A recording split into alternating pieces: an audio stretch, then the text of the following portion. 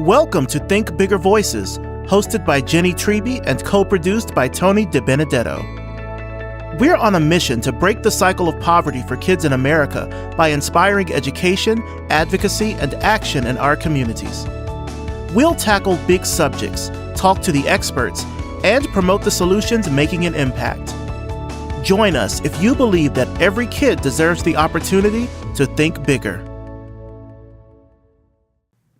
Hi there, I'm Jennie Treby, and welcome to the first podcast of Think Bigger Voices. Today, I'm so excited to introduce our first guest, and the word guest is not even the correct term because he is the impetus for this podcast, for this movement that we're creating, and the reason why I'm sitting in this chair today. Tony DiBenedetto is a tech entrepreneur, a serial entrepreneur, a board member, an advisor to many companies, and the founder of Think Big for Kids, which is a national nonprofit focused on breaking the cycle of poverty. Welcome. Thanks, Jenny. I'm excited about getting this kickstarted. Let's go. Let's go. Let's get it. All right. We've been working together for a long time, and this has been a long time in the making, so we're here. Cool. What is Think Bigger Voices? What are we doing here today? Well, the idea behind Think Bigger Voices is really kind of educational in nature. In the, 30 or so years that I've been giving back in the community and talking about this topic, I realize there's just a lot of misconceptions about poverty, about kids in poverty, about how it happens, how it gets solved. And through Think Big for Kids, I've gotten really close to donors and volunteers and certainly the families and kids of poverty. And I thought it was just time to spend some of our resources to really educate the general public, right? Bring really smart people to the table on all aspects of poverty so that we're all a little bit more aware of it, and maybe we can all lend our treasures and resources to solving it. You talk to a lot of people. What are some of the misconceptions about poverty that really kind of you're out to just dispel those myths? Yeah, some of the basics are that it's like a choice, and they don't realize, for instance, like kids are born into poverty. There's no choice. You didn't earn it.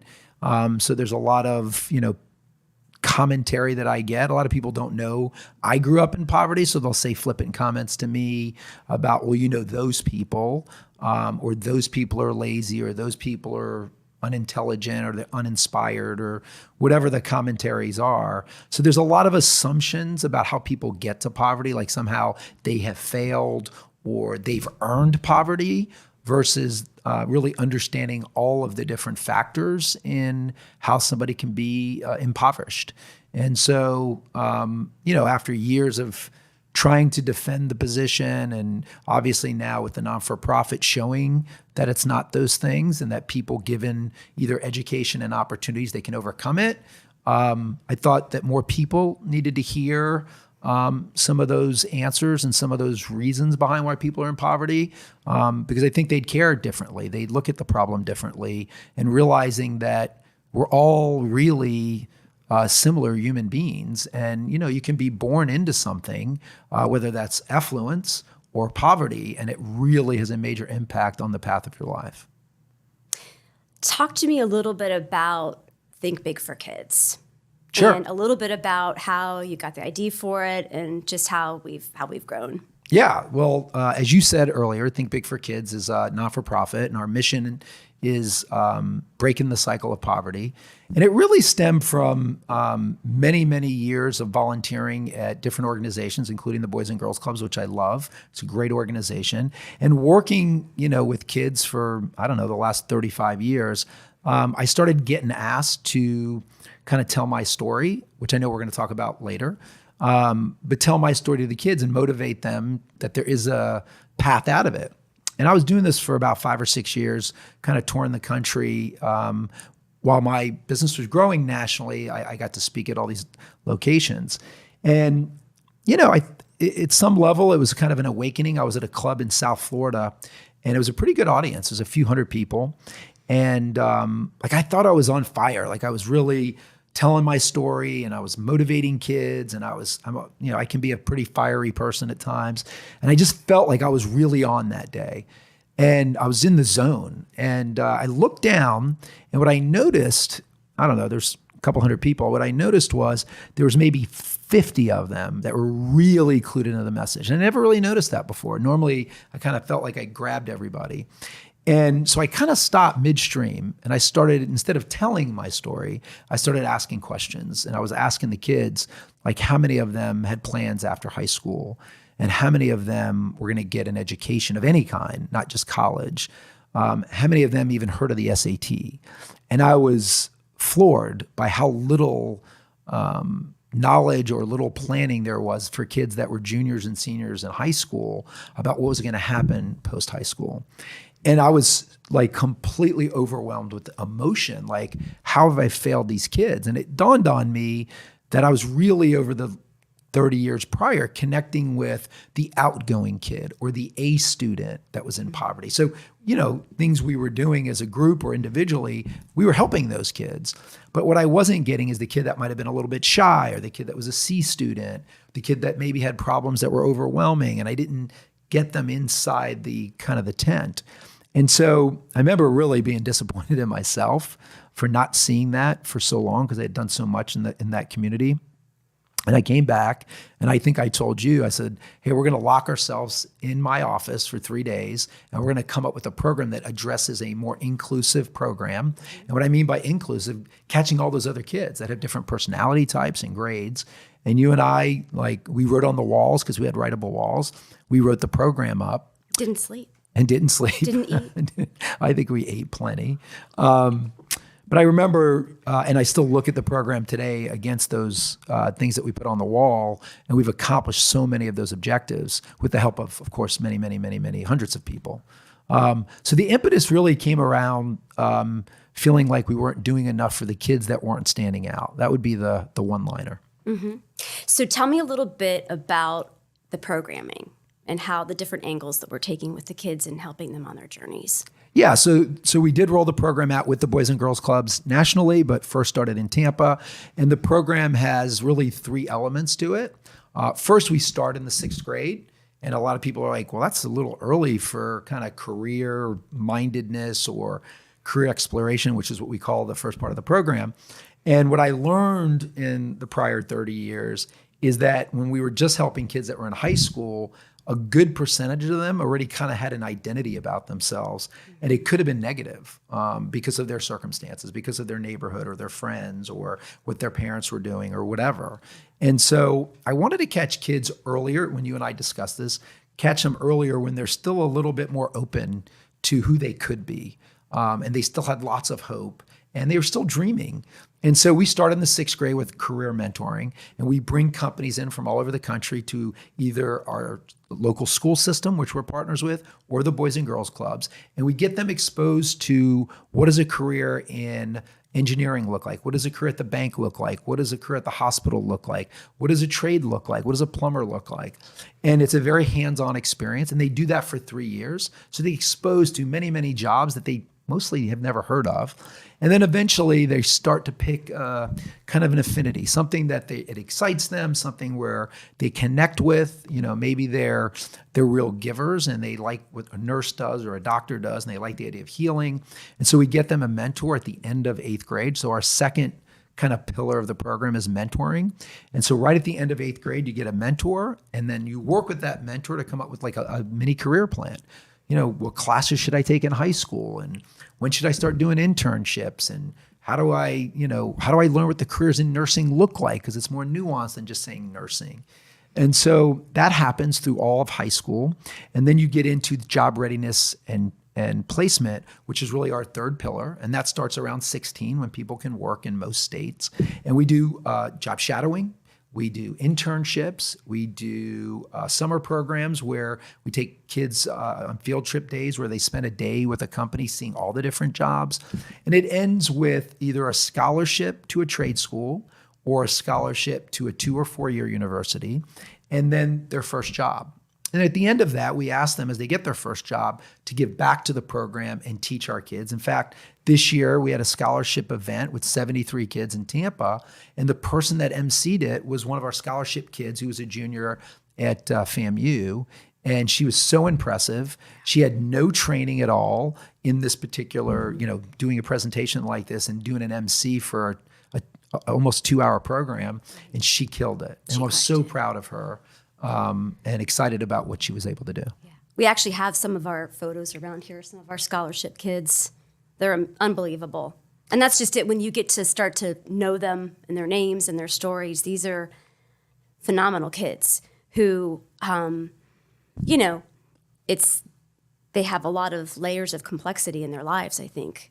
They definitely have more obstacles than people that have a little bit more stable household or more affluence, because like we had a kid, it was a few years back, that wrote his scholarship letter, and he talked about his life a little bit. He came from South America, and his family, his mom and dad were migrant workers. So every day before school, starting in elementary school, he was out there, I think picking tomatoes, but he was a migrant worker, and he'd go to school, and then after school he'd also participate.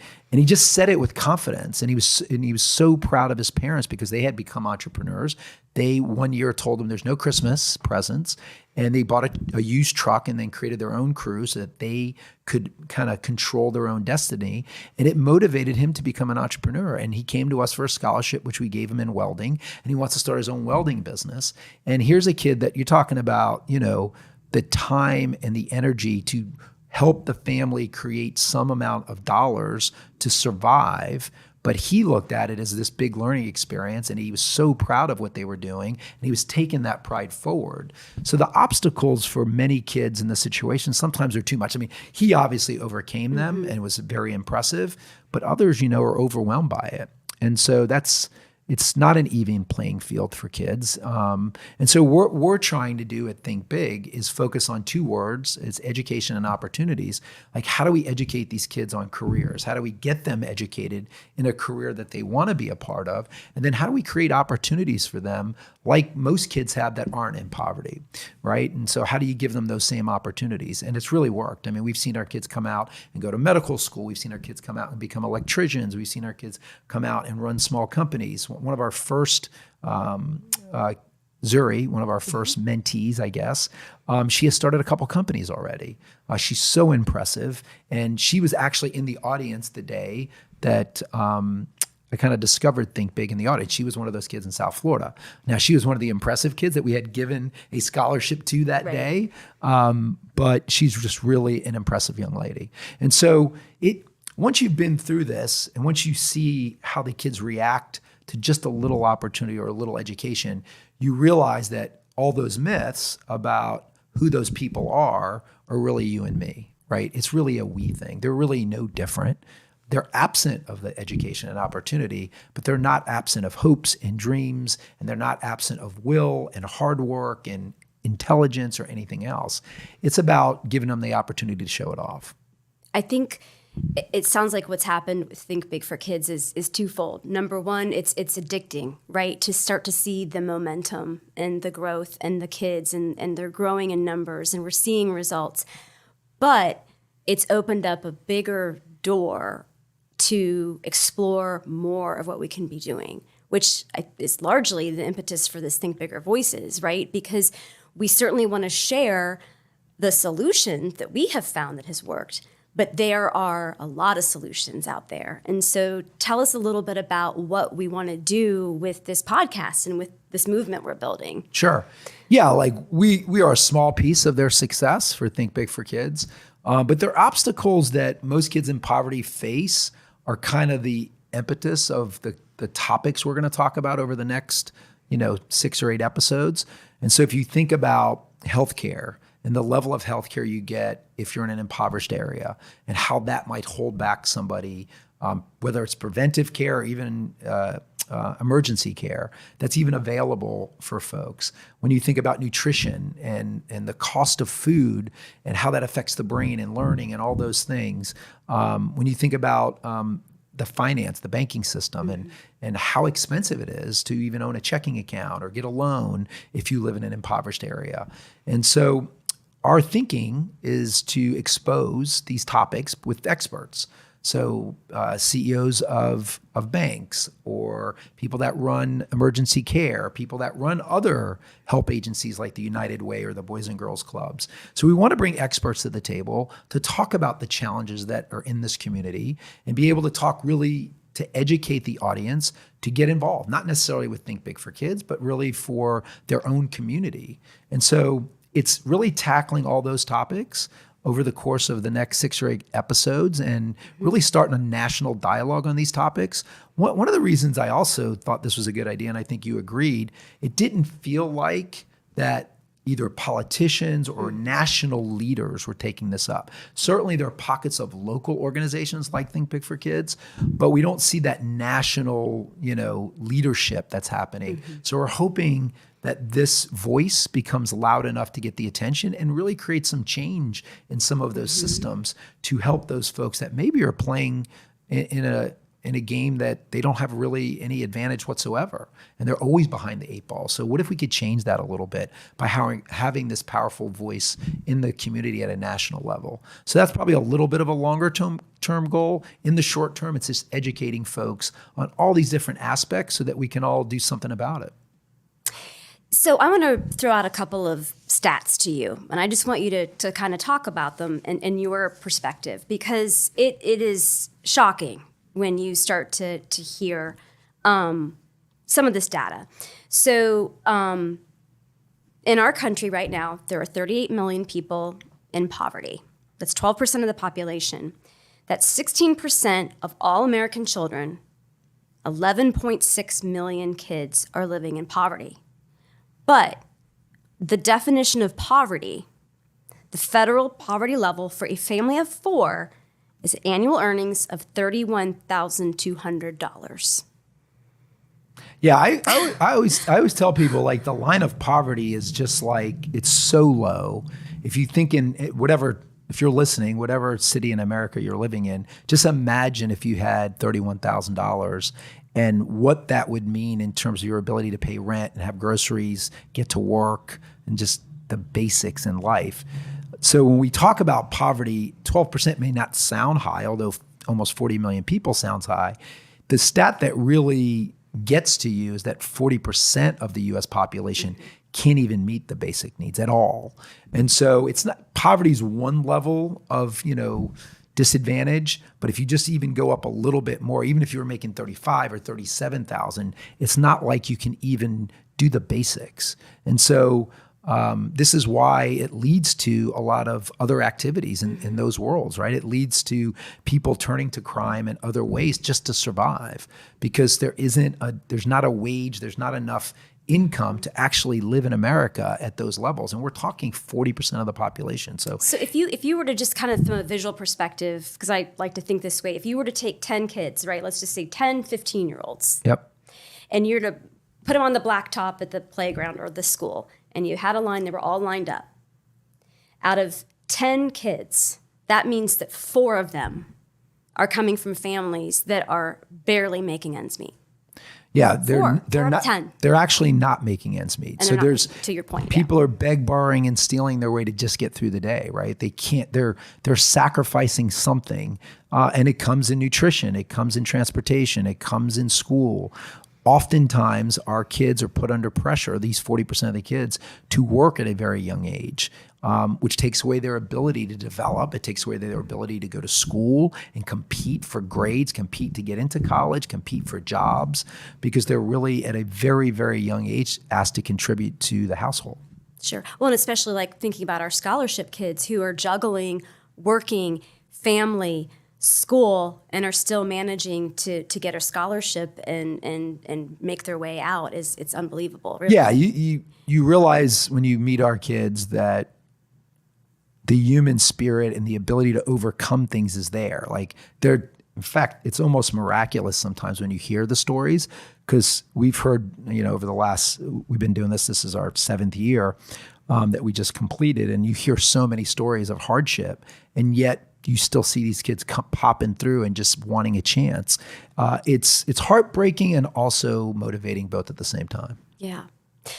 from a more capitalist perspective, right? Let's put the, kids aside and let's just talk about the cost. So the cost of poverty, according to this one stat, is that annual cost to the nation is $25 billion in lost taxes per year because of families living in poverty.